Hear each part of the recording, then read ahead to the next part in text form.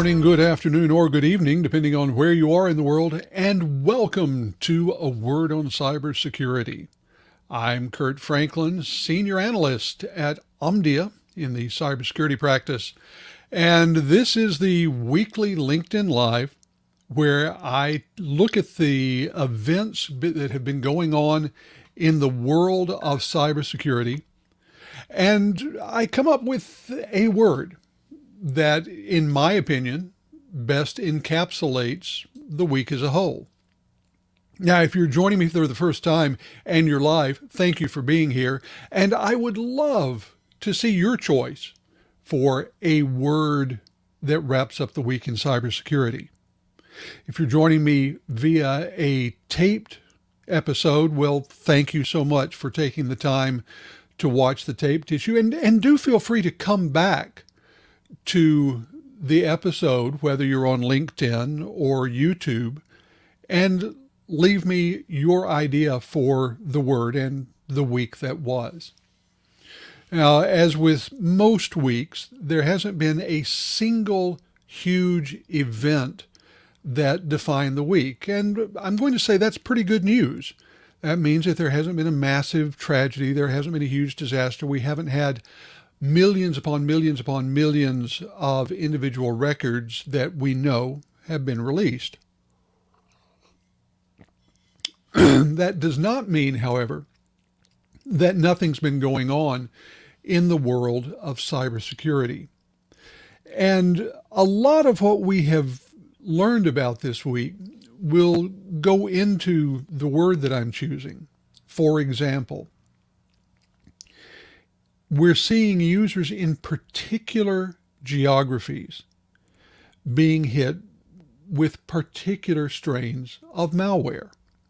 Google, we know, has warned users of its Android devices, as well as those who use iOS devices, that there is spyware targeting users in Italy and Kazakhstan. Now, how do they do this? It's easy.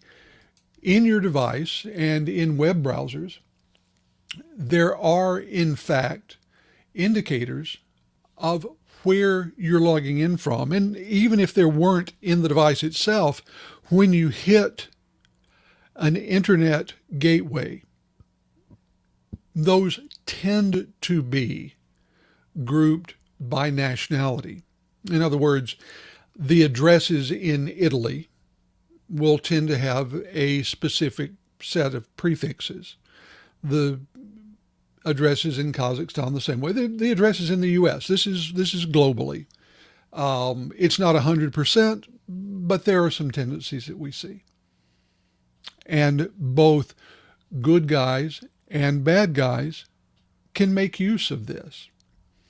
We see it, for example, in good guys using it when there are things like storm alerts that go out. If you live where I do in Florida, or in the middle part of the country, where things like tornadoes and truly severe thunderstorms are common, then you know that if a severe thunderstorm warning is in effect for your area, or if there is, heaven forbid, a tornado warning in your area, you're likely to get alerts on your mobile devices and even on some of your internet-connected televisions and web browsers. How do they do this? Well, the civil authorities look for these address ranges. And they say, if you're in this address range, if you're a customer of this particular ISP, there are a bunch of different ways to do it, but they do identify you via your broad address. So we're seeing this happen with a lot of different geographies right now. We're also seeing things like notifications that there are governments that are using this so-called spyware. And we'll talk about what that means in a moment. To get back to a part of the world we were just mentioning, the government of Kazakhstan was, we now know, using some spyware against government protesters. So what do we mean by spyware?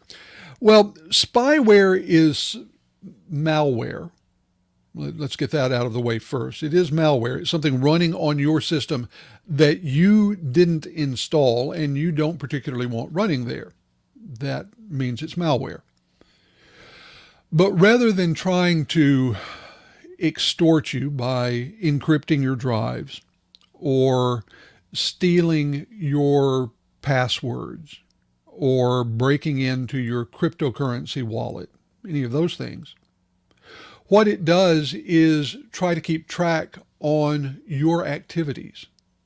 So spyware can keep track of who you have instant message contact with or where you are going. These are both things that are easy to do on someone's mobile phone. I mean, if you have a mobile device that looks anything like that, it keeps track of where you are and it keeps records, we know, of who you're talking to, who you're messaging with, all of those sorts of things. But wait, you say, isn't iOS encrypted? Isn't it safer? Well, yes, but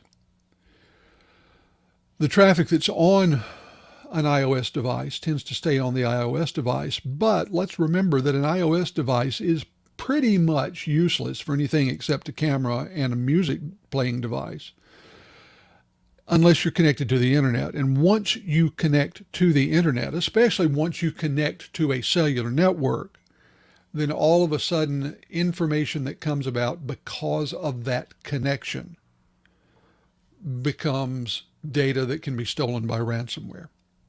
Now, depending on the ransomware we're talking about, it can get very intrusive. I mean, they can scrape up and forward all kinds of information, like looking for keywords. You know, if you are considered a government protester, maybe they look for keywords like protest or government or the name of the capital. If you are being spied upon by a corporate entity, maybe they look for their corporation name or the name of their competitors. And it doesn't have to get all of the details about that conversation to be really useful for them. Of course, if it can, they're thrilled to have it. But if it just gives them the time of day, where you were, and who you were talking to, then that's a ton of information. And that can be used, depending on where you are, to get court approval to go in and get much more information. So spyware is a critical thing. It's also important to note that different nation states have different levels of interest in spyware. In the US, for example, our government agencies tend not to depend so much on spyware because we have government programs where, especially if you are communicating in and out of the country,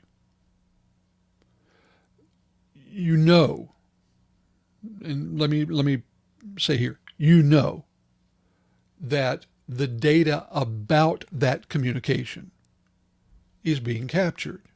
Does that mean that every single word you say is being poured over by a government contractor? Not necessarily. But again, they keep what's called the metadata. Time of day, where you were, the network you were connected to, who you were talking to, where they were, things like that. And if there are certain patterns within that, then they might go back and look more deeply. If it's just, you talking to your Aunt Susan, who happens to be on holiday in Greece, chances are no one's going to look terribly deeply into that. If you're talking to the known leader of an insurrection somewhere, well, the calculations change. Different governments, though, put spyware on systems at a more regular basis. In particular, Iran is known to use spyware a great deal in looking for dissidents around the world. North Korea, China, Russia. I mean, you can go on, and if you think they might be a nation state that would look deeply at their enemies, they might well be. The odds are good that they are. And here, let me also say that my last statement comes across as very negative. And for me, there's an extent to which it is, because I don't like the idea of governments unnecessarily spying on individuals and organizations. Every government does this to some extent. And to some extent in today's world, they kind of have to. If you were active as an adult in 2001 on the 9/11 attacks, we later found out that the data had existed to pull together large chunks of what were going on ahead of time, had they been collated and correlated and shared. Intelligence agencies around the world learned lessons from that. And so much more today is collated and correlated and shared than was the case 23 years ago. So we have that spyware going on. We also have other things going on. For example, we now know that Viasat was attacked by Russia at the forward end of their invasion of Ukraine. And that means a couple of things. Number one, it means that space-based assets aren't safe.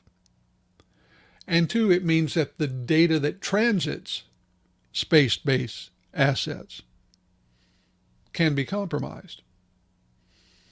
That raises the stakes for many people, because space-based networks are one of the two big ways that data goes around the world. Whether we're talking websites, video calls, voice communications, text messages, whatever. The other big way that these things go around the world is over undersea cables, which are their own particular bed of 1,000+ kilometer long worms. The point behind all of this is that if you are communicating over any significant distance, you ought to assume that your communication can be compromised by some actor somewhere. Whether you consider that actor to be a force for good or a force for evil will depend on a bunch of different things, most of which I can't address. But the odds are good that someone can listen. Now, are there ways around this if you are interested in keeping your communications private? There are. We know that there are communications means that encrypt the communication along the entire length of the thing. Telegraph and Telegram. One's the platform, one is the messaging app. They do this. WhatsApp does it as well. And for many people, that idea that things are fully encrypted is important.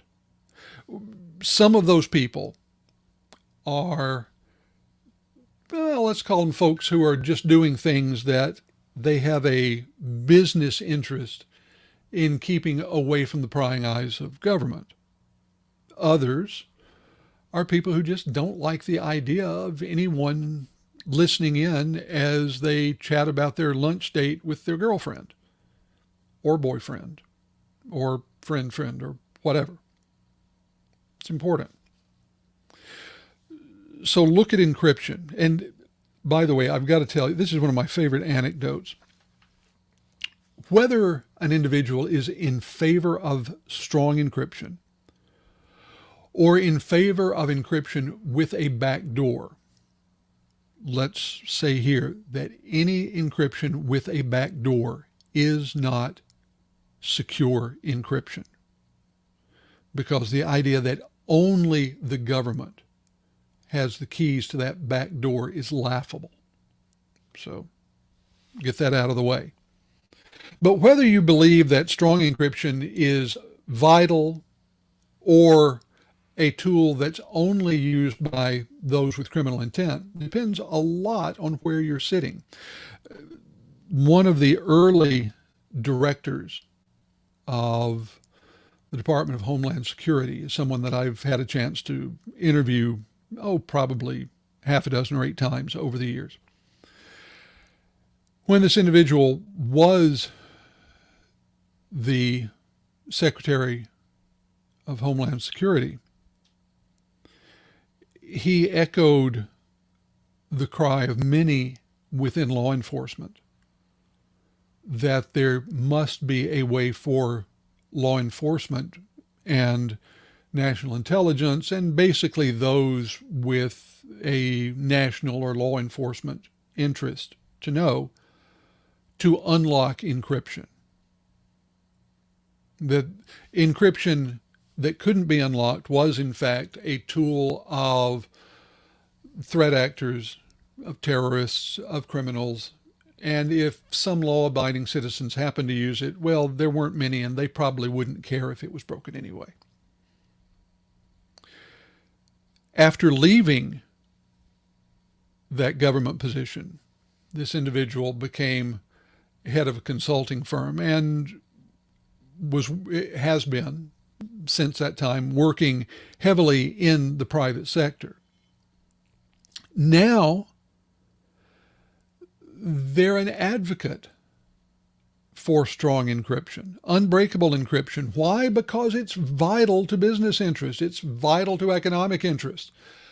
Because if the government can easily break the encryption, so can threat actors. Funny how a change in address can change your entire viewpoint on a given subject.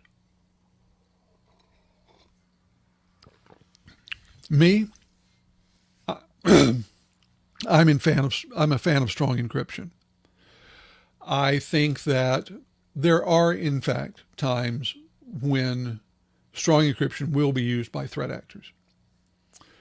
And there may be rare instances when there's information we would like to get that is unavailable. But I also think that the number of times that is the case is overwhelmed by the number of times when critical information is kept out of the hands of threat actors because of strong encryption. Plus, I just tend to feel that most things are none of a given government's business, but that's just me. So let me go ahead and tell you that my word for this week is spy, because we're talking about spyware and how spies can look into data, look into information, look into systems, even when you think you're being protected. Now, one of the things I want to add on to this is that we know that there are many cases when the entities from one government will become resident in the critical infrastructure of another. Our government has done this. Every government with a moderately competent cyber core does this.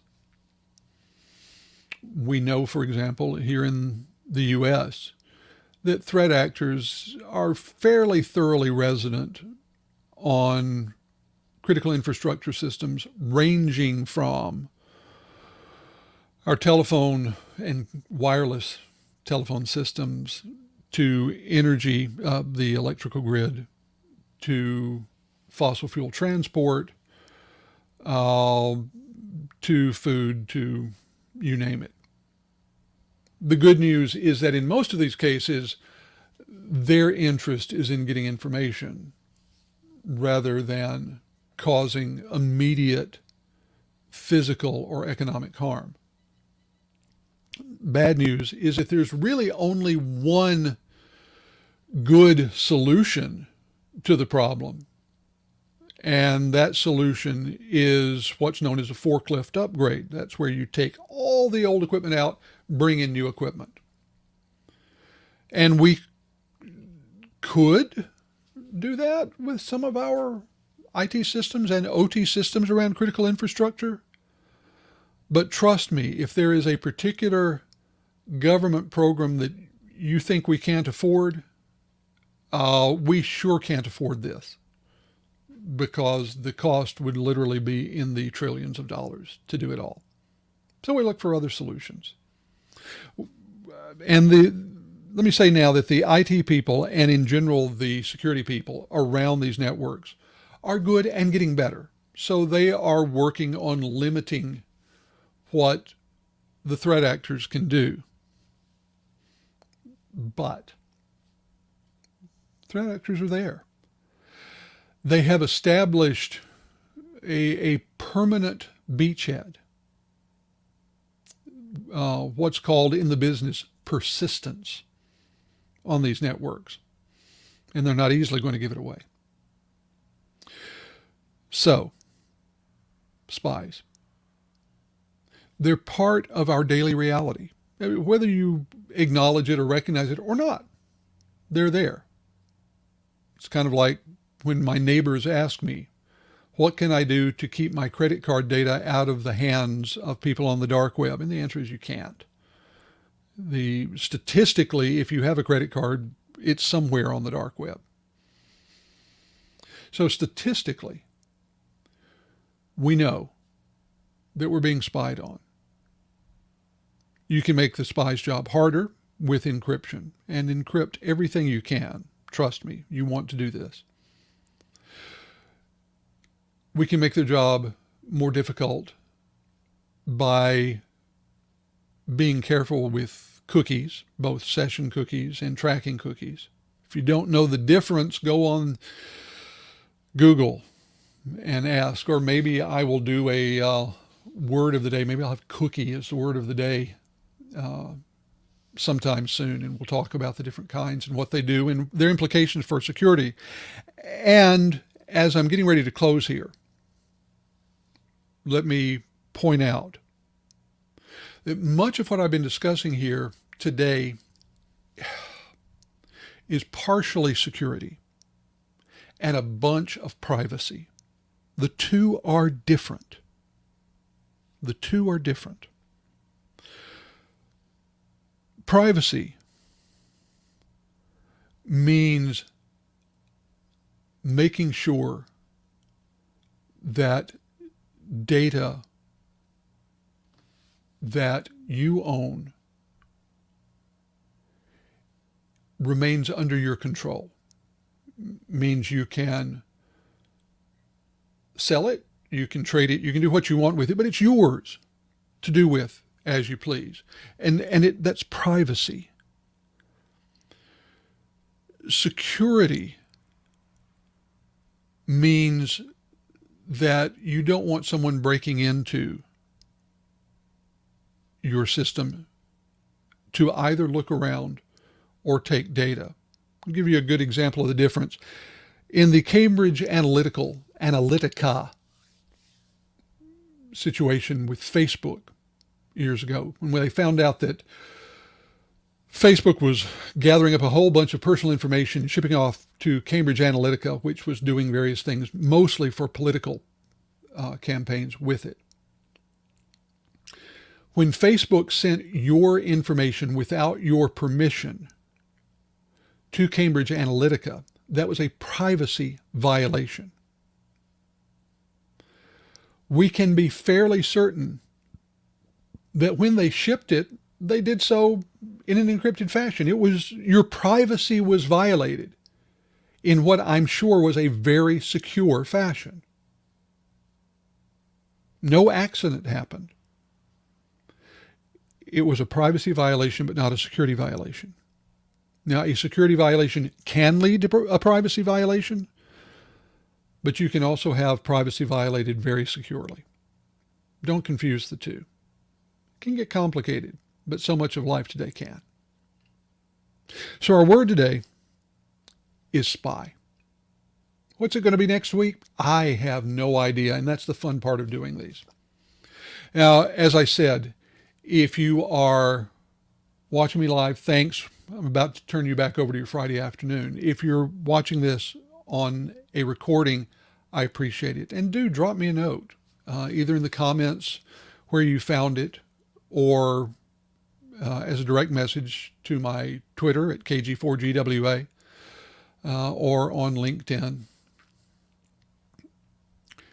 Next week, I'll be back. I get to stay in the office for another week. It's been wonderful being back in the office. But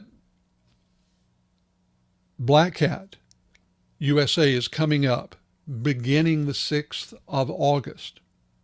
Now, if you are planning to go to Black Hat, let me call to your attention the fact that on the Tuesday of Black Hat Week, the Omdia Analyst Summit will be going on. I'll be speaking about enterprise security management. All of our analysts will be there giving presentations on their particular areas of expertise, and then we'll have a roundup at the end. It should be a really good day to meet and talk with analysts and hear what we're doing. The best part is that with your registration to Black Hat, it is free. Absolutely free. So easiest thing to do is go to darkreading.com/Omdia. There's a link to register on that page. We would love to see you there. And if you have any questions about the summit, let me know. I'll be happy to get those answered. I'll, in future shows, have a link up that has all the details. Be watching for that. Until then, I'm Curt Franklin, Senior Analyst at Omdia, saying thanks for being here. See you next time.